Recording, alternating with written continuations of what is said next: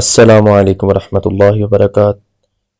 اللہم صلی علی محمد وعلی آل محمد وبارک وسلم وصلی علیہ۔ میں ہوں حافظ جہانگیر، حافظ اسلامک پوائنٹ سے۔ امید کرتا ہوں آپ سب خیریت سے ہوں گے۔ اللہ تعالیٰ آپ پہ اپنی خاص رحمت نازل فرمائے، برکت نازل فرمائے، آمین یا رب العالمین۔ آج یہ ایک عمل سورہ یاسین کا میں آپ کو دینے جا رہا ہوں۔ یہ تصویر پہ کیا جانے والا عمل ہے، یہ پانی پہ کیا جانے والا عمل ہے۔ آپ پانی پلا سکتے ہیں، اور میٹھی چیز پہ کیا جانے والا ایسا عمل ہے جو ایک دفعہ محبوب کا دماغ بھی اپنے قبضے میں ہو جائے گا انشاءاللہ۔ نام فرمان شوہر ہے، بدتمیزی کرتا ہے، مارتا ہے اور گھر میں جھگڑے کرتا ہے۔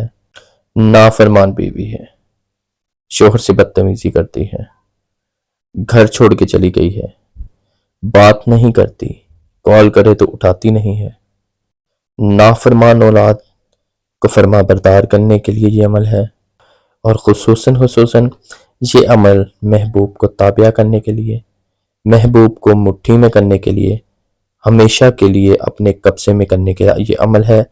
یہ سورہ یاسین کا ایسا عمل ہے، ایسا پاورفل وظیفہ ہے، یہ انشاءاللہ آپ جب کریں گے تو آپ کو پتہ چل جائے گا یہ کتنا اگر پاورفل عمل ہے۔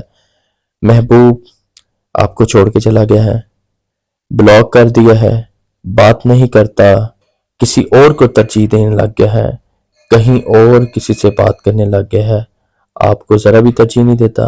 انشاءاللہ آپ جب یہ عمل کریں گے اس کا دماغ ٹھکانے پہ آئے گا، ضرور آئے گا، وہ کال بھی کرے گا، ان بلاک بھی کرے گا، آپ سے بات کرے بغیر رہ نہیں سکے گا، اور شادی کے لیے بھی خود کہے گا انشاءاللہ عز و جل۔ سورہ یاسین کا یہ عمل 8 آیات والا عمل ہے۔ اول و آخر 3 مرتبہ دروشی پڑھنا ہے۔ اس کے بعد آپ نے سورہ یاسین کی پہلی 8 آیات 11 دفعہ پڑھنی ہیں۔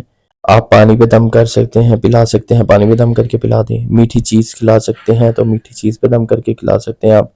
اس کے علاوہ آپ محبوب کی تصویر پہ یہ عمل کر سکتے ہیں۔